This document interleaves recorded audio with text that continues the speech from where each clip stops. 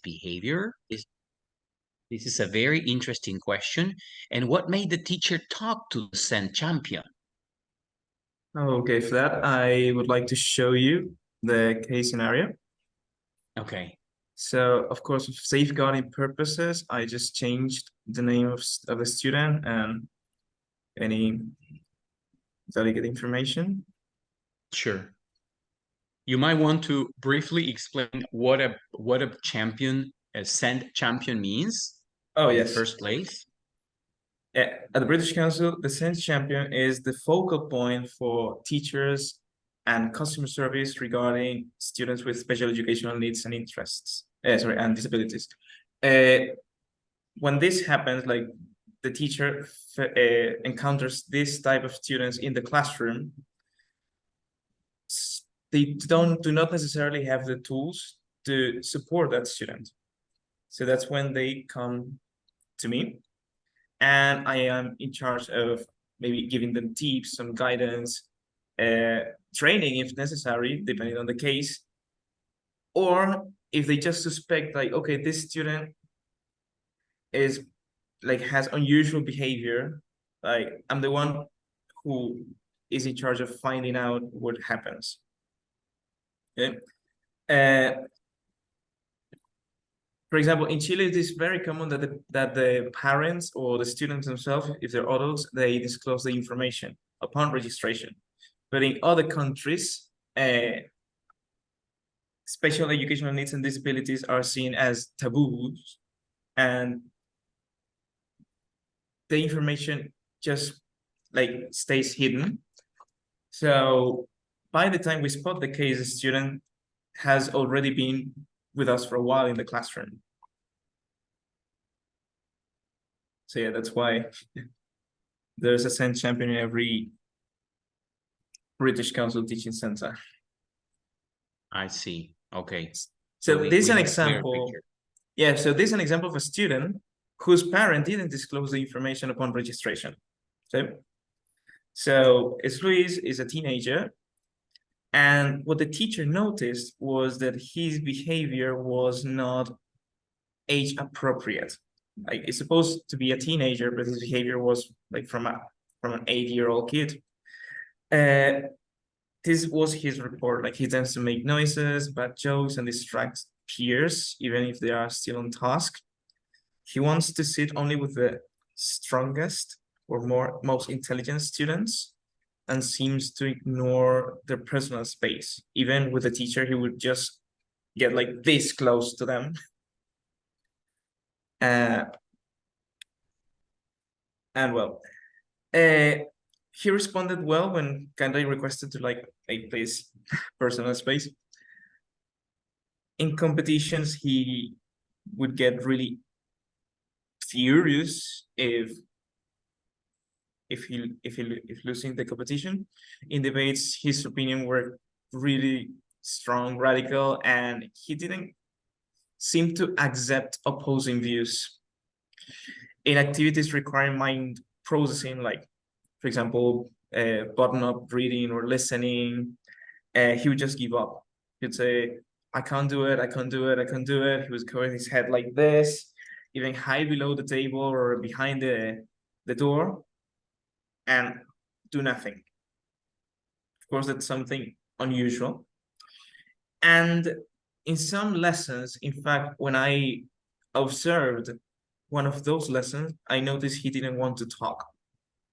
He would just use a mini whiteboard and draw his ideas or write his answers. So based on this, the teacher contacted me saying, like, this is what's going on. So I observed the class, I talked to the mom, and when talking to the mom, it's really important not to directly ask the question like, okay, does your student have a special educational needs or disability? Of course not, but it's about eliciting. So when I approached the mom, I told her, like, first of all, the reason I requested a meeting with you was not because of misbehavior. It was because of some unusual behavior the teacher noticed in different stages of the lesson, and I started giving some examples. That's when she disclosed all the information. the kid was officially diagnosed with ADHD.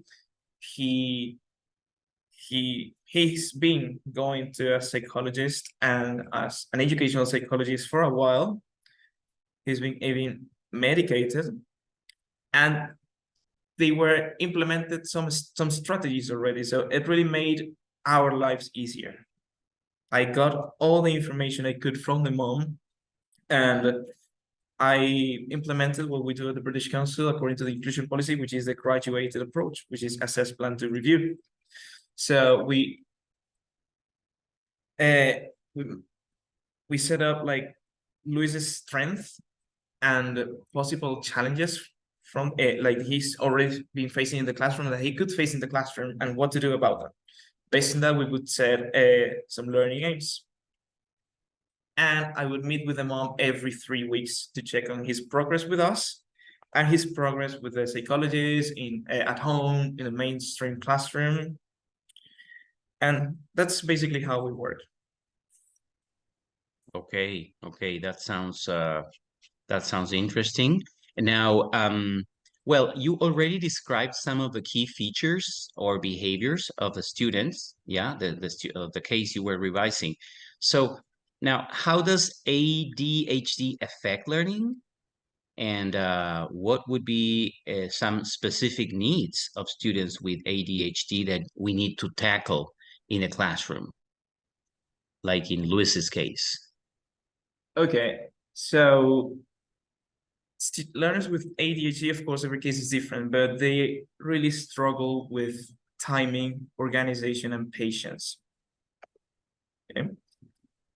So they need training in coping strategies like self-regulation, awaiting the turn, listening to others, completing tasks. Some scaffolding would be necessary as well for that. They also need extra attention. They crave for attention. That was Luis's case. He wanted to interact with the strongest students and with me or with a teacher. And he would do it using the wrong strategies. That's why he was making like bad jokes, noises, teasing others. He wanted their attention. He wanted to be integrated. So raising awareness that those strategies are not the best to achieve his goal was important, and also teaching him like some skills to interact with others in the right way or in an unobtrusive way, I would say. They also struggle with working memory. They struggle to follow instructions correctly. They need extra guidance. For example, Luis, I noticed he was amazing at delivering presentations or project work, but the preparation process would be a nightmare for him. He would say, I can't do it, I can't do it, I can't do it, it's extremely difficult, I can't do it. So the key for him was to scaffold the tasks more, to give extra guidance. In the first weeks, like the teacher would be with him, and then little by little, leaving him alone until he would be able to work independently. But again, it's a lot of learning training. Same with like reading comprehension activities. If he sees the task like too big, too difficult, they would just give up. It's easier to set smaller tasks. Same with instructions.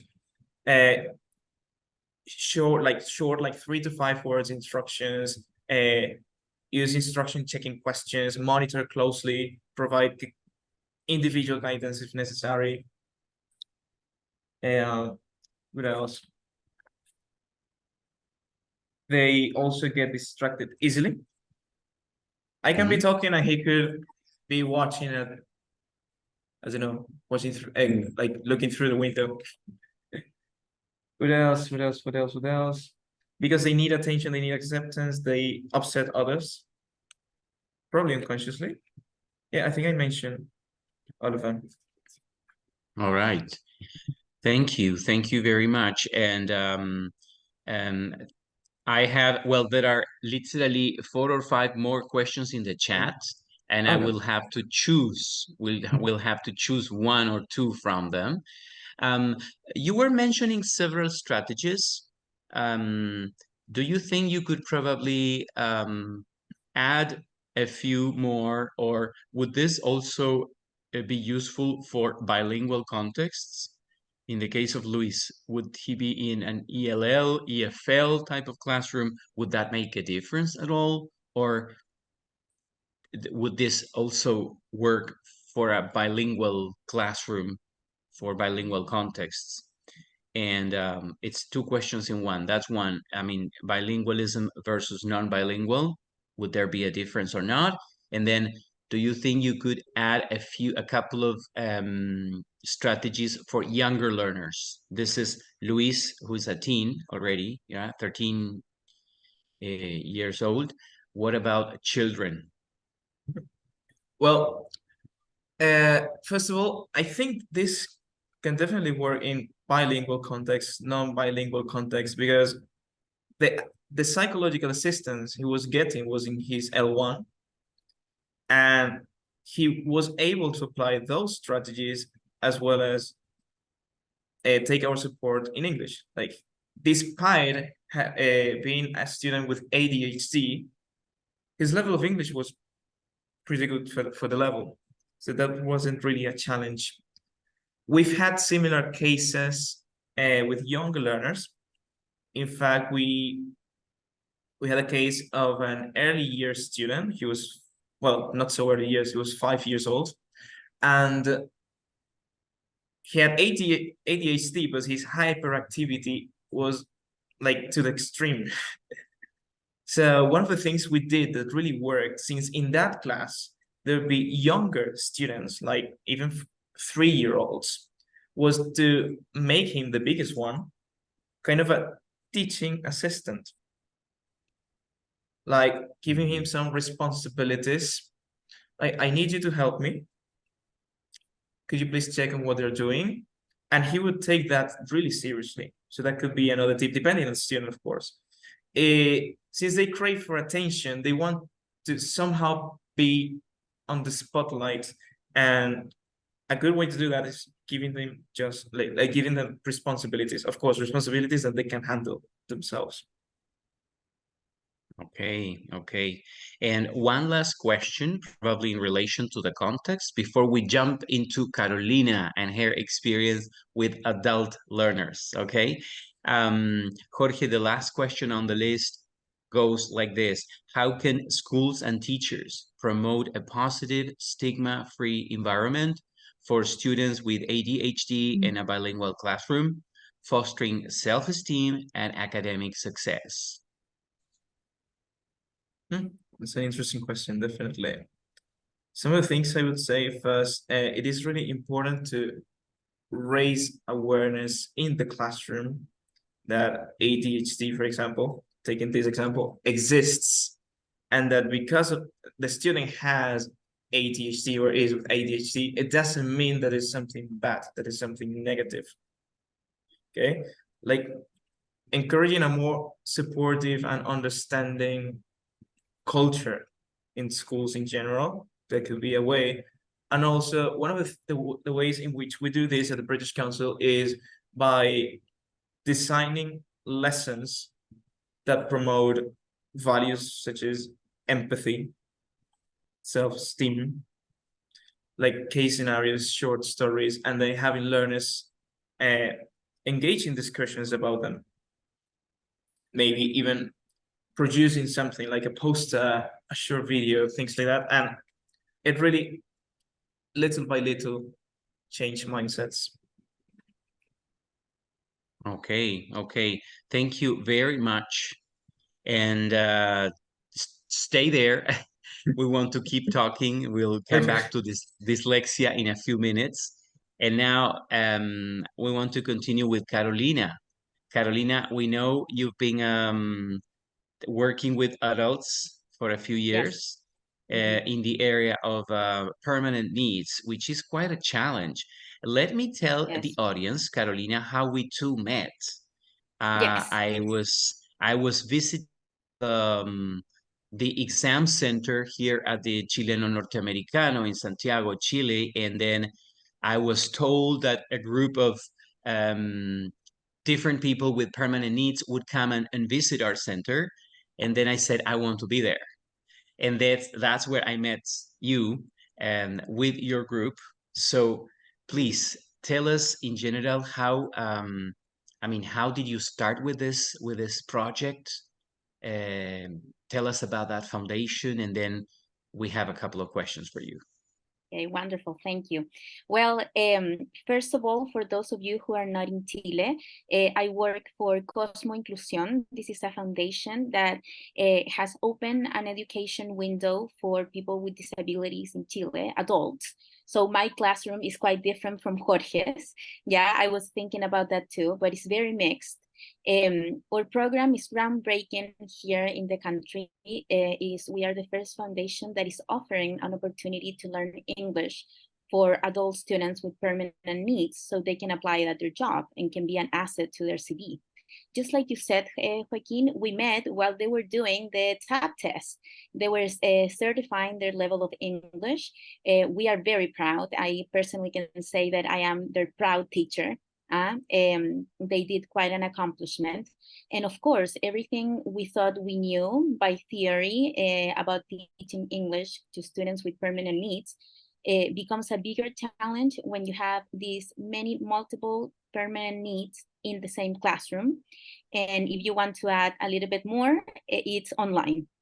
Yeah, so we have people from all over Chile. We are a very long country, and we have people from the south and from the extreme north in the same classroom, different ages, both male and females, but we have blind students, we have people under the spectrum, and also we have people with physical disabilities.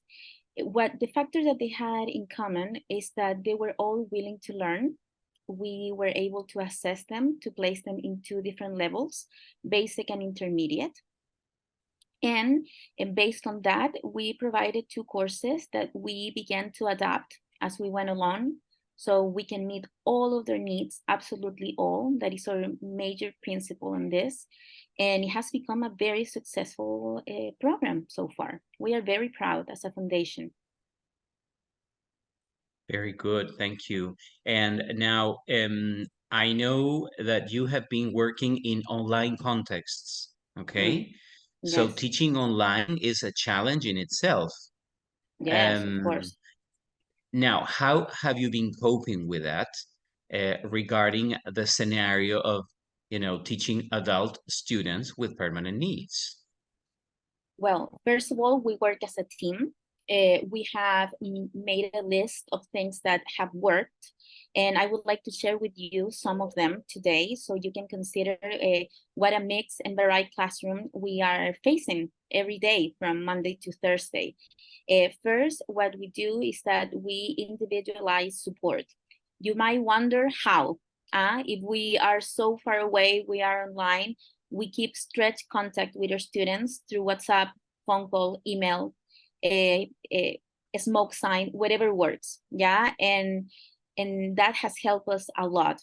Also, we make all of our material accessible to all of their needs. We have worked out a system that we work in support with Google Forms and also Google Docs.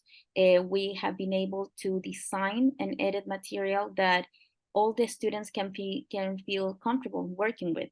Yeah, that was something that did not happen at the beginning. And they said that they have never experienced a classroom like this, not even in the university. Yeah, which is amazing if we consider the times that we're living. Also, we have lots of assistive tools. We know about the readers for the blind, and also we work every class with IT support. If anything doesn't work in class, they receive immediate support. Yeah. Also, flexible assessment. We don't put time in their assessment. We just register how long they take, so we can have it into consideration. The continuous feedback has been a very rich resource for us to continue improving and give the quality of education that they deserve, of course. Collaborative peer interaction, meaning that they give each other feedback, they expect for feedback. We're very active on that, and we try to receive the feedback and grow and be better at what we do. Because again, for those of you who are outside our beautiful country, to learn English in Chile is quite a money investment. Not many people have access to that, or education or public education in Chile does consider English, but very few hours. So for them to reach a level that is going to be useful at work is very hard. It's almost very self-mandatory to do it. Visual support as well. How do we describe images? How well do you describe an image? You have to put yourself into the student's shoes and say, if I close my eyes, how do I know what's going on in class? We take everything for granted. So we just begin the class and speak, but no, this is different. And we take another road now. We divide the screen into fourths. We describe from right to left, from up and down, and everything has to be described. You become their eyes. Listen how important and strong that statement is. We become our students' eyes. About the family involvement, I know Jorge mentioned that in Luis's case, you call the parents, right? We work the other way around, because what we want is these students to become independent, to become fully functional in a society that is not that welcoming at first, with disabilities and changes. We push them. We are their bigger cheerleaders to become independent. And we have had many good cases of advance, of getting jobs, people that because of depression, after they were diagnosed with autism, they had stopped working and they have come back to work in their areas. So it's all about having support. Yeah, so their family are involved, but we teach them not to be over involved, to become spectators just like we are. Well, we work with a team, as I said before, with a co-ed teacher and also with IT support. So we all get feedback continuously. When they go to break, we stay in class and we see this didn't work, take note for next week, something's wrong with him. I know online is very impersonal, but when you see all of their faces with their cameras turned on, if you pay close attention to detail, it's easy to know what's going on. So it has become an asset for us. And another thing that for us is important is anticipation. And with this, I would like to finish. I know that I've gone a little long, but it's the set of things that have worked for us in this scenario. And anticipation reduces anxiety.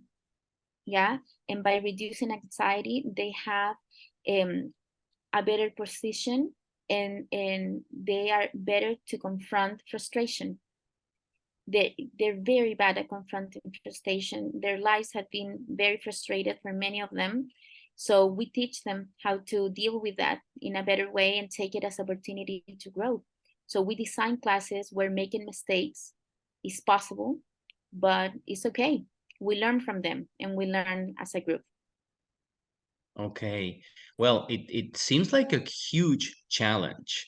It is. So I'm listening with all my admiration here. Thank you. And we have a question here Yes. from the chat. In what ways, because obviously permanent educational needs may come up either with adults, with kids, in what ways can EFL curricular or ELL, whatever type of curricula and materials, be customized or adapted to accommodate various types of permanent educational needs, including visual, auditory, and cognitive impairments? Carolina. Well, how can it not? I think that would be even simpler. And the thing is that every way that is possible. Yeah, every diagnosis is different. So even though that you might have studied about one, there might be another case where the person reacts differently. There's matters of personality too.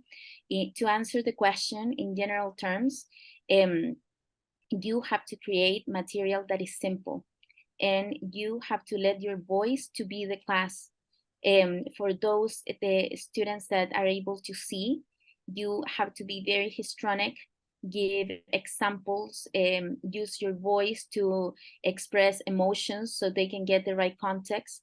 And for those students who are blind, detailed description, and that is something that we work on every day, because I feel that we're always short on that. We always run short, but that is, and also having the will to do it is a lot of extra work. But I promise you that if you put your heart into it and all your skills as a teacher, you're going to have great results. Great results. Okay, okay. Thank you very much, Carolina. You're Also, welcome. stay there if you Yes, can. of course. Yes. And we want to go back to Jorge again, because I know, Jorge, you've been working with other conditions, as for example. So if you could just devote a few minutes to explain about what dyslexia exactly is, and what are those indicators typical of a student with dyslexia? Okay, yes. Well, first of all, dyslexia is a spectrum, and I would say a lot of people in the world have it. Like, it is proven that it affects about 10% of the population, of the world population, and it is a processing difficulty, which means that dyslexic students have problem with verbal codes, how language is organized, sequencing, finding words. Their main struggle in terms of language learning would be learning to read, write, spell, and find the right words in the language. Now, how do we know that a student might be dyslexic? Let's remember that at least in the case of teachers, in most cases, we're not specialists, but we can identify, as I said before, unusual behavior, unusual signs. So, well, when we see that the student, that what they write is poor compared to their spoken performance, that could be an indicator. When we see that the writing lacks punctuation, the spelling is rather incorrect, the writing doesn't make sense. That it could also be that they spell words like phonologically, like as they sound to them. When they read way slower than the usual speed, or that when they misread words, that those are signs of dyslexia. Another one could be a difficulty linking sounds and letters in terms of connected speech when reading out loud, or maybe they reverse words, they reverse sequences of words. What else? They have limitations in terms of short and working memory. What else? Yes, basically. And they don't want you to see the word, what they write. They don't want you to see their writing. There'll be another sign. Okay, okay. And now probably what everybody's expecting to hear about, what strategies can help dyslexic students with working memory? Not with working memory, with dyslexia per se, I'm sorry. Well, we focus on, like, okay, they have these difficulties, but they also have strength. Okay? So we already know that they have difficulties in terms of phonology, in terms of working memory, in terms of processing and following long instructions, but they have they usually have great visual memory, great kinesthetic memory, holistic thinking. They are creative, they are intuitive. So we could work on that. We could use those to support them best. So things that you can do, for example, in terms of reading of words and reading aloud, I'd say, they have what we would call difficult words or tricky words. in English, many of the words that we have silent letters. And those are the ones that are really difficult for them to recognize. That's just an example. We have, like, everyone has like a visual dictionary. We know the words and we have the visual memory of how they're spelled. In their case, in the visual dictionary, they omit the silent letters because they don't hear them. So again, what else can we do? Instead of writing a whole essay, for example, why not using mind maps? So appealing to their visual memory, to the holistic thinking, creative thinking. If they have to write, let them be shorter pieces of writing. In terms of reading, let's increase a bit the font size. Let's use color coding. There are certain colors that you can use to help them. For example, blue would help them. Red will be counterproductive. But well, there's a lot to talk about regarding that, right? What else? What else? What else? Yeah, multisensory activities also help them a lot. It means that activities when they can use their 5 senses. Like if you're going to learn word vocabulary, let's use, for example, realia. It's not only reading words, like things like that will help them. Okay, there is a question in the chat which is interesting. Are there any differences in teaching methods or strategies, Jorge, when working with adult dyslexic EFL learners as compared to younger students, in your experience? Well, I would say that the difference would be like more or less the same difference with working with non-dyslexic adults and non-dyslexic young learners. Like whatever you do in the classroom won't necessarily be for just that single learner. The idea is to include them. So whatever you do with them, okay, let's do it all together. For example, to learning sentence sequences, okay, let's work on sentence stems, let's color code them, let's gamify the activity and let everyone do it, instead of just planning one single separate activity for that dyslexic student. With an adult student, you can work on more maybe communicative activities, discussions, like reading activities, but with younger learners, you need to make them more appealing by games, problem solving, because they're not necessarily there because they want to be there. But I wouldn't say that it varies because of the condition. Okay, okay. I am going back to some of the questions from before. And there was a question in relation to how to effectively collaborate with parents, Jorge, in your experience. How to collaborate with parents, or how to make parents collaborate with teachers in terms of specific strategies, either related to dyslexic students or students with attention deficit, etc. Well, first of all, we need to bear in mind that we are not specialists. We're not necessarily specialists. We're not here to diagnose. In fact, we cannot diagnose. You can't tell a parent, hey, your kid has dyslexia, please take them to, no, never. Right. We also need to take into account we can't force the parent to disclose the information. Okay, it's not something compulsory. It's about what we work with is elicitation and giving details. If I suspect that one of my students or one of other teachers' students has a special educational need or disability, what I need to do first is observe the student. What exactly he does that is unusual. in which specific activities does he do it? How about his interaction with other students and with the teacher? Once I get this specific information is when I meet the parents.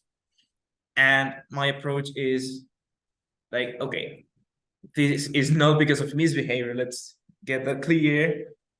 I just notice some behaviors in this student, and I believe that if we talk, we can find out ways to better support him.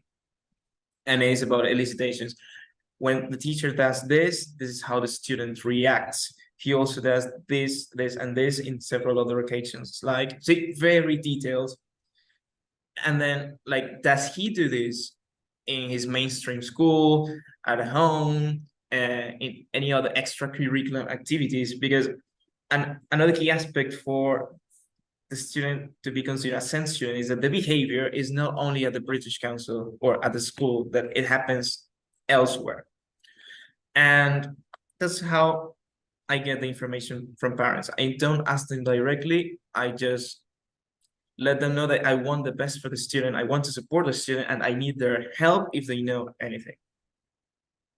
Okay. And once I get the information from them, again, let's highlight the student's strength, that those are going to be my tools or the teacher's tools.